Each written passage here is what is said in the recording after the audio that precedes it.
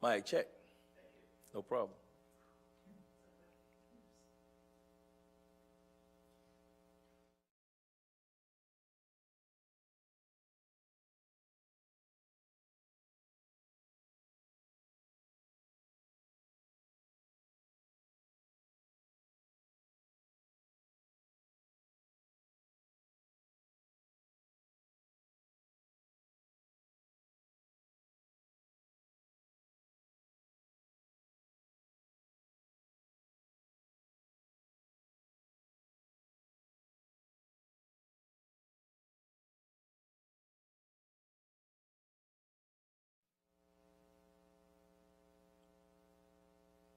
Good morning and welcome to our weekly briefing. I am Kevin Harrison, Community Engagement Coordinator for the Division of Diversity and Community Engagement. These weekly briefings are held in an effort to keep the campus and public better informed of the changes occurring at Wichita State. Following a university update and today's featured topic, there will be time for questions. To start today's briefing, we're proud to announce that the National Science Foundation's 2018 University Research and Development rankings are in, and Wichita State has held its position as the top university in the country for industry-funded aeronautical R&D with a total of $34 million. For total aerospace R&D funding, WSU again ranked number 4 in the nation with $52 million, a $9 million increase from 2016. Wichita State also ranked number 5 in the United States for industry-funded engineering R&D.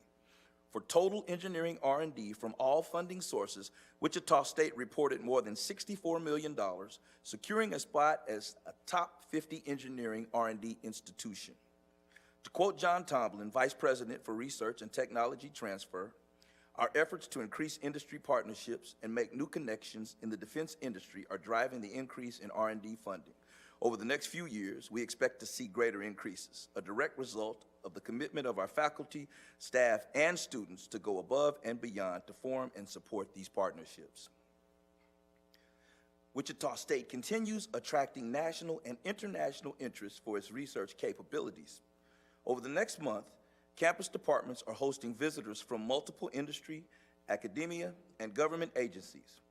This week, the National Institute for Aviation Research hosts a composites training class for more than a dozen Air Force Research Laboratory employees. This class will also be given to a group of U.S. Army employees in mid-March. In addition, FirePoint is hosting 8 staff from the United States Army Combat Capabilities Development Command's Aviation and Missile Center to discuss university capabilities and potential future projects.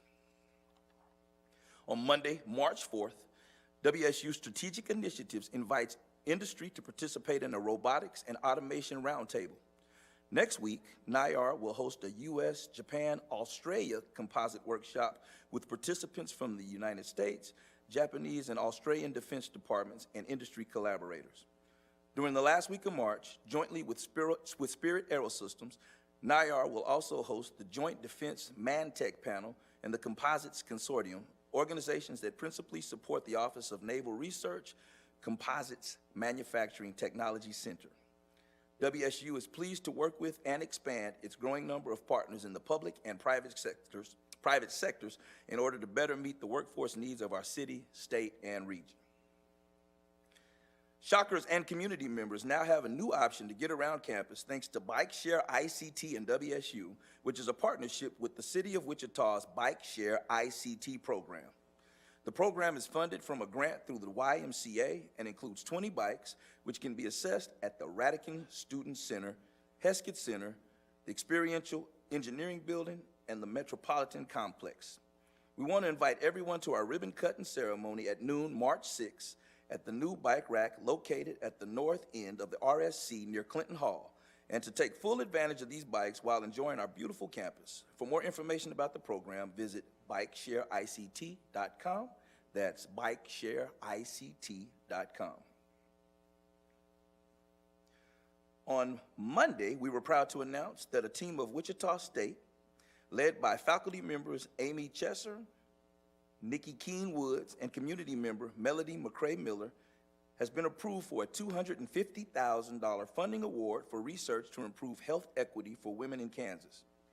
The award is made possible by the Eugene Washington PCORI Engagement Awards Program an initiative of the Patient-Centered Outcomes Research Institute. The project will focus on examining the feasibility of implementing a woman-involved network in a Midwest state and will include patients and community stakeholders of various ages. It will assess whether the educational interventions affect health disparities and improve health equity for women in Kansas. This is an innovative project that will be among the first to document the use of such network in providing support for women in vulnerable populations, including rural communities. The university's renowned Martin H. Bush Outdoor Sculpture Collection, which is considered to be one of the top 10 collections in the country, will soon have 3 new additions. On Thursday, February 21st, artist Randy Reiger installed his new sculpture, The Celestial Mechanic, outside of Alberg Hall. In Reiger's words, this sculpture is resonant with the culture and aesthetic of sky and flight and dreams of space, yet rooted and connected to the earth and to community history and the passage of time. These are very Kansas things to me and a large part of why I choose to live and work here. A dedication reception and artist talk is scheduled for April 2nd. A second dedication will happen April 23rd in celebration of the installation of artist Ellen Zimmerman's sculpture titled Font. Font was inspired by an ancient Egyptian altar that featured a round stone sunk into a table. In this interpretation, the round stone of the original altar is replaced by a polished black granite disc. And on May 12th, campus will host a third dedication for a sculpture titled Shockers by artist Tom Otterness. Depicted in an embrace during a break in their work, the installation celebrates both camaraderie and the history of the Shockers, the nickname given to the students who used to earn money for their studies by harvesting wheat during the early days of Fairmount College. The proposed work is influenced by the large-scale outdoor sculpture, Making Hay, which resided on campus for 2 years. For more information on these sculptures and upcoming dedications, visit ulrich.wichita.edu. And finally, we'd like to let you know that football will return to Cessna Stadium this fall for one day only, when WSU hosts the Heartland Wichita Football Classic at 3:00 p.m. on September 7th. The event will feature Langston University versus McPherson College and is sponsored by the Heartland Wichita Black Chamber of Commerce and WSU's Division of Diversity and Community Engagement.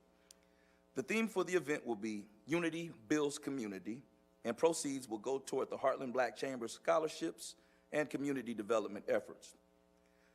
The HWBCC, that's Heartland Wichita Black Chamber of Commerce, will hold a news conference at 12:30 today in the Marcus Welcome Center, where you can learn more about the event and hear from both teams' coaches.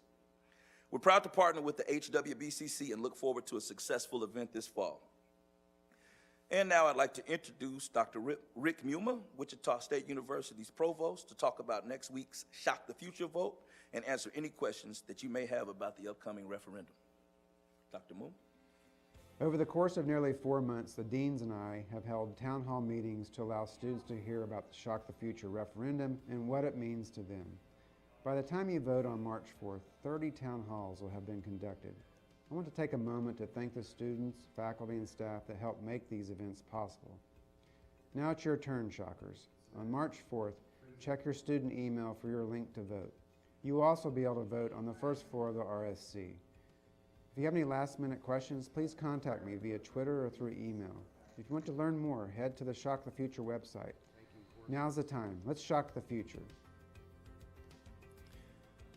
Good morning, everyone. I'm Rick Muma, Provost at Wichita State.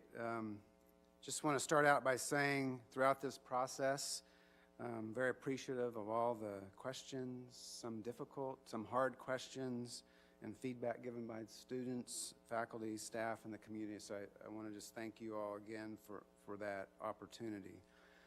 Like the video said, if you have any additional questions after this briefing, please reach out to me directly by emailing me, provost@wichita.edu. You can message me on Twitter at WSU_provost. I know that voting for a student fee increase is a difficult decision, and it's not something I take lightly. But for academic buildings, state statute requires that we ask that students weigh in and give us their approval. For students, before you make a decision, I just want to talk about a few things and also give you a little bit more information about how to vote in case you haven't heard about this.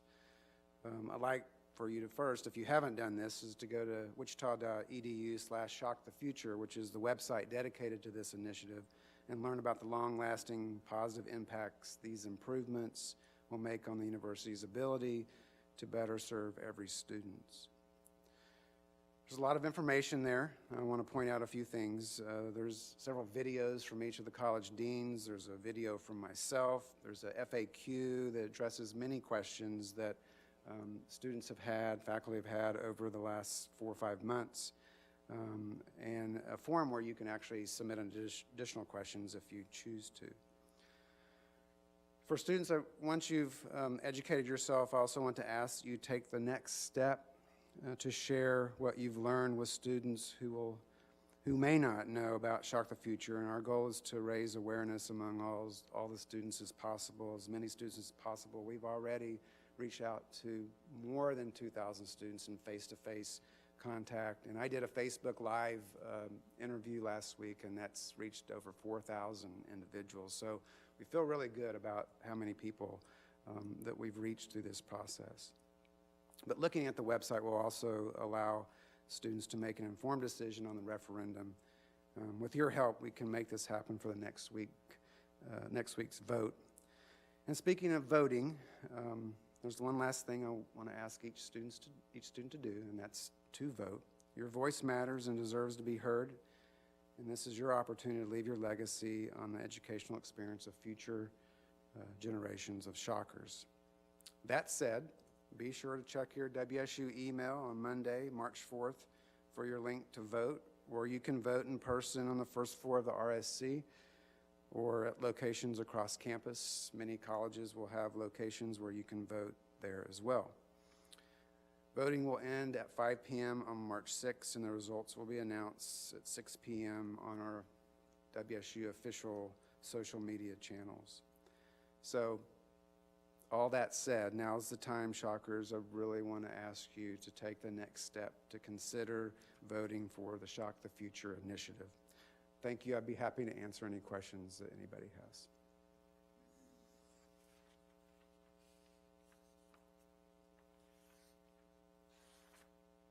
Okay, I'll stick around in case there's any.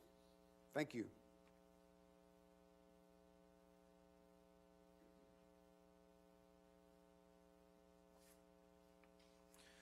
At this time, I'll be happy to answer any questions about today's briefing or any other questions that you may have. For questions that I'm unable to answer, we'll ask that Joe Kleinsasser follow up with you and get you an answer to those questions. What questions might you have? If no further questions, then I'd like to end by sharing the vision and mission of Wichita State University. Our vision is to be internationally recognized as the model for applied learning and research. Our mission is to be an essential educational, cultural, and economic driver for Kansas and the greater public good. And I'll end by sharing a quote from William Ernest Henley's Invictus. In the fell clutch of circumstance, I have not winced nor cried aloud. Under the bludgeonings of chance, my head is bloody but unbowed. Beyond this place of wrath and tears looms but the horror of the shade, and yet the menace of the years finds and shall find me unafraid. It matters not how straight the gate, how charged with punishments the scroll. I am the master of my fate. I am the captain of my soul. Remember, regardless of the circumstance, the challenge, or the obstacle, you have the ability to be great. This has been Kevin Harris, signing off.